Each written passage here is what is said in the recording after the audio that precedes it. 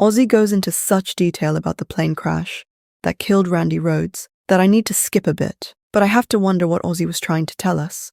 Ozzy won't speculate outright, but one has to wonder if Randy didn't perish in an attempt to save those in the tour bus. 2 months earlier, I was at a hotel bar in Chicago. The bus driver had just pulled up a stool next to me. Andrew Aycock was his name. He'd wear those half-tinted aviator glasses, like Hunter S. Thompson. He was telling me about how he used to work in the Middle East, flying these business guys around, because he was a pilot, as well as a driver. He said his wife had run off with one of them, so now he was divorcing her. He said he couldn't stand her, although he didn't put it as nicely as that. I didn't give those conversations in the bar another thought, until the day of the Knoxville gig, when a strange woman suddenly appeared on the bus. I said to Jake, our tour manager, "Who the fuck's that?"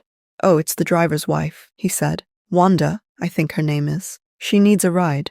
Aren't they getting a divorce?" I think he's trying to make up with her. He was calling her every name under the sun last time I spoke to him. Maybe they were just going through a bad patch. It was more than a bad patch if they were getting a divorce. But okay. Ozzy describes what he was told later. The bus driver had stopped their tour bus at a place he was familiar with and located a small plane and flew it without permission from the owner.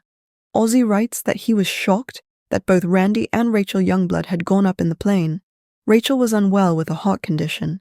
Ozzy was very close to her. Randy had made it known that he was terrified of flying, so it made no sense. Dawn and Jake went up in the plane first, then with Randy and Rachel. According to the cops, he did 3 treetop level passes over the tour bus, all while his wife was standing there in the bus doorway, and while Dawn was taking photos from the ground with his own camera. But when it came to the 4th pass, the guy went so low he would have crashed into the trees, even if he'd been able to pull up in time. We're talking 6 to 10 feet off the ground, which is insane.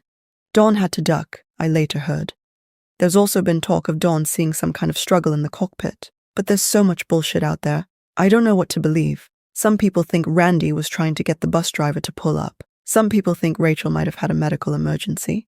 All anyone knows for sure is the wings of the plane were wiggling from side to side as it approached the tour bus, and one of them clipped it. For the record, I don't have a theory about what caused the crash. It seems pretty weird the bus driver flew so low that he couldn't have recovered even if he'd wanted to, and that his wife, who he told me he couldn't stand a few weeks earlier, was there in the bus doorway. But whether he was trying to kill her, impress her, scare her, or do some kamikaze shit, who knows? It's also entirely possible he was just fucking around and showing off and misjudged it, because he'd been up all night doing coke.